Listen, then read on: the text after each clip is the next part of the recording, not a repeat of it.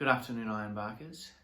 We're at Thursday in week 2 of Learning from Home, and I wanted to check in with you all and have a bit of a discussion with you as parents about how this is all going.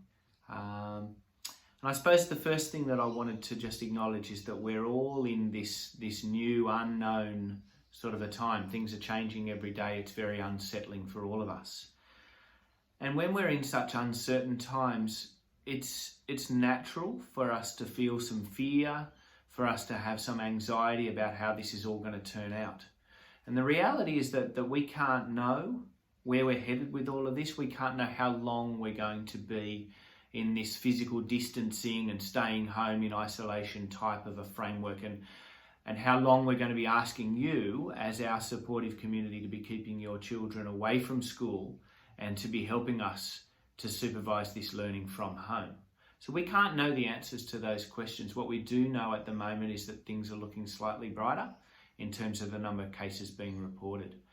And so that's a positive note, and I think this is what we need to do, is constantly frame ourselves and the way we're looking at this within a positive light. We got that choice. Are we going to be negative about this, or are we going to be positive about this? And if we keep our mindset positive, then that will help us all out, and particularly will shield our children from some of this negativity, from some of this worry that we might be feeling. And importantly, it'll probably improve our relationships a little bit as well, because we're getting a bit frustrated at times. We're getting a little bit, stressed. And we want to remember that it's so important that the way we conduct ourselves as the leaders in this time. So have some realistic expectations about what each day is going to look like. That's important as you are setting up your household for learning for your children who are there with you. And I know that if you're working at home, this will be a really important thing for you to set up. What are your expectations for the day? So if you set up some routines in your house, some daily sorts of things that happen, the normal sort of getting up in the morning, the normal times for breakfast, the normal way we get ready, even brushing our teeth. And I know some families are even putting on our school uniform to remind themselves that they're Ironbarkers and that they're at school and it's time for learning. All those things can be really important, but it's what works for you, and you need to set up those expectations with your children. And they can help you in terms of your work from home as well, in terms of the other tasks that you have around home. So, number 1, try to work out what your teacher's expectations are for the day, and then help your children understand that. And number 2, make sure you're very clear with your expectations to your own children. Part of that might be that you are setting up and using some tools around the house. An easy tool to use is perhaps a timer, or a Google Home or a Siri, who might be able to put a timer on to go off at 11 o'clock, because that's when we're going to have our morning tea for half an hour.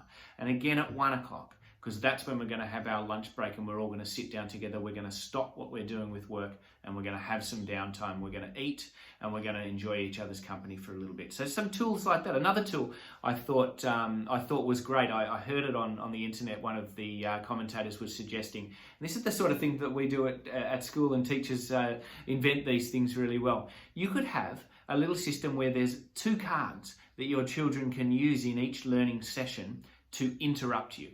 So while you're off working, they could play one of their cards because they really need some help with one of the tasks. So they can come and give you that first interruption card, and then you could go and give them a little bit of a hand and put them back on track with their learning and help them step forward. But they've only got their second card then, don't they?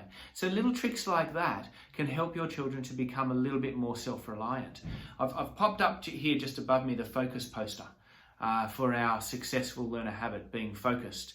And Ridgie wants to remind kids that they need to stay focused, but also that they need to be self-reliant. So all of those sorts of things can help us in our house. Another thing to think about is zones within your house. And often perhaps you've got kids doing homework or other work during normal learning situation where they're coming home from school and then they've got a little desk in their bedroom or a spot like that. Now that may not work so well when they're there all day learning. So perhaps you could set up some special zones, and those zones might be where you work, that's your zone.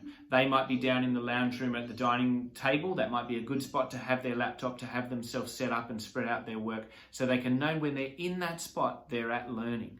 And then when they come away from those zones, we can have zones for things like playing a game. If you're doing a jigsaw puzzle at the moment, like Scotty wants to suggest to us we should all be doing, maybe you've got your jigsaw puzzle set up on a board on the floor in the lounge room or something like that. So try to create some different zones for different modes of being. And importantly, as adults, we need a zone where we can be on our own. We need some away time, and our kids do too.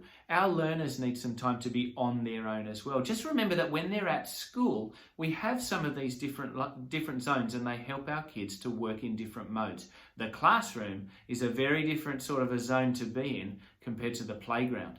There's release time in the playground. So the backyard at your house is probably important for your children to release, to run around, to get rid of some of that energy. So set up some zones.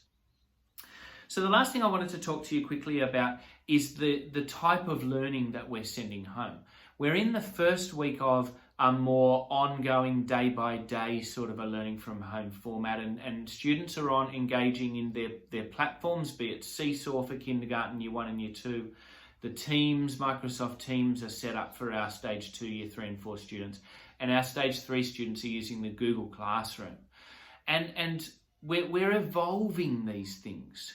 So I'm thinking it's a bit of an evolution, and maybe in some senses it's a revolution because everything seems to have changed. But if we think about it in terms of it being an evolution, just be assured that our teachers are constantly working on the next little step, how they can engage our students a little bit more, particularly like I spoke about in the newsletter last week, trying to make that difference between just delivering content and hoping children can engage in it and actually teaching.